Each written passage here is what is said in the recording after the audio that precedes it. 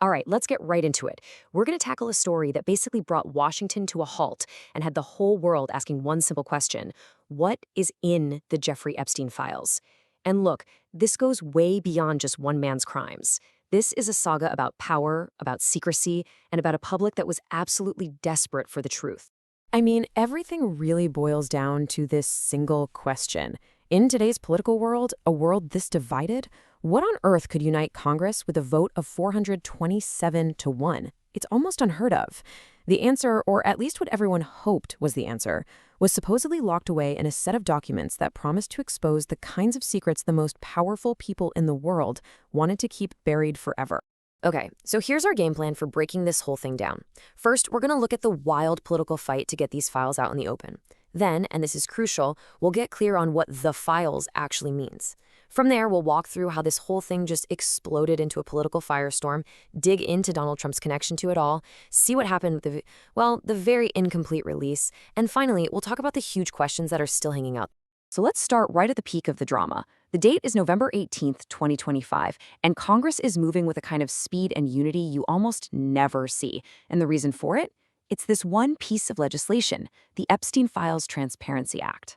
I mean, just think about how fast this all happened. It's wild. The House passes it, and only one single person votes no. The Senate, they approve it unanimously that very same day. By the next morning, it's on President Trump's desk, he signs it, and a 30-day countdown for the Department of Justice officially begins. This was a political whirlwind, and it created this huge public expectation. Everyone was bracing for a bombshell. But to really get why, we need to be clear about what exactly they were all waiting for. So what even are the Epstein files? You know, that term itself became a massive point of confusion because it meant totally different things to different people. And that's where the line between hard evidence and, well, some pretty wild conspiracy theories got seriously blurred. So officially, when we say the Epstein files, we're talking about a gigantic digital archive. It's over 300 gigabytes of data sitting in the FBI's system. This isn't some single secret folder. No, it's a massive collection of evidence: Epstein's contract books, flight logs from his private jets, and just mountains and mountains of court documents. And right here, this is probably the most critical distinction to understand. The public conversation was completely dominated by this idea of a specific client list. You know, a single piece of paper that would name every powerful person involved. But according to the Justice Department's own memo, a document like that just doesn't exist. They said they found no credible evidence of some big blackmail scheme either. You know, the investigative reporter Julie K. Brown, who did so much to break this story open, she really hit the nail on the head. She explained that what people were calling the list was really just Epstein's black book. It wasn't a list of clients, it was a 97-page directory of contacts. And it had everybody from famous people to his gardeners and electricians. It was basically a very, very detailed and a very messed up phone book. Okay, so if there was no single client list, then how on earth did the demand for the FBI's entire case file explode into a political crisis so massive that Congress had no choice but to act? Well, the answer is in the way the pressure just kept building and building all year long. Man, the pressure cooker was just on high all year. It started with things like that deleted tweet from Elon Musk claiming Trump was in the files. Then you have the DOJ coming out and saying there's no list, which frankly just made a lot of people even more suspicious. All that momentum led to something called a discharge petition in the House. That's a pretty rare procedure that lets members force a vote. And then finally, President Trump does a complete 180 and signs the whole thing into law. Now, a huge, huge reason this story got so politically explosive was, of course, the long and really complicated history between President Trump himself and Jeffrey Epstein, a relationship that went back decades.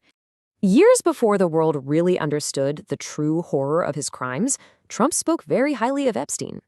In this now infamous quote from 2002, he praised him and pointed out their shared tastes. They were friends for years, though reports say their relationship soured sometime in the mid-2000s, something about a real estate deal and accusations that Epstein was poaching staff from Mar-a-Lago. After the Transparency Act passed, things got even more heated. House Democrats released a batch of emails from Epstein's estate where Epstein himself seemed to be claiming that Trump knew what was happening. In one, he calls Trump the dog that hasn't barked. In another, he flat out claims that Trump, quote, knew about the girls and had even told Ghislaine Maxwell to stop. So you have all that swirling around, and then this is where President Trump's position just shifts dramatically. After promising during his campaign to release the files, he suddenly starts calling the whole thing a hoax and a scam cooked up by his political enemies. It was a complete reversal, and it just poured gasoline on the fire. So all this political drama, all this back and forth, it all comes down to one date, December 19th, 2025. That was the deadline. The nation is watching, and the Department of Justice is legally required to make the files public. The anticipation was just enormous. But what the public actually got was, well, a huge letdown. The DOJ dropped a ton of documents, sure, but they were almost totally useless. They were so heavily redacted, blacked out, that it was kind of a joke. We are talking hundreds and hundreds of pages of just solid black ink. And lawmakers from both parties, they immediately just slammed it. And the scale of what they held back, it's just staggering. Get this. In a letter to a federal judge, the Justice Department itself admitted that less than 1% of the total files had been made public. Less than 1%. It's unbelievable. And then, somehow, it got even worse. Turns out, the redaction job itself was completely botched. People online, just regular citizens, quickly figured out you could digitally remove the black bars and see what the government tried to hide. And what they found was absolutely shocking. An FBI tip alleging that Donald Trump had witnessed a horrific crime. So, as you can imagine, this heavily blacked out, technically flawed release, it didn't give anyone closure. Not at all. It just kicked off an even bigger firestorm of anger and distrust, and it left everybody with way more questions than answers. The polls that came out right after just say it all. A CNN poll found that only 6% of Americans were actually satisfied with what they got. Nearly half were dissatisfied. And get this, a staggering 2/3 of people said they believed the government was deliberately hiding information. In the end, the whole saga of the Epstein files became a story that was so much bigger than just one man's horrible crimes.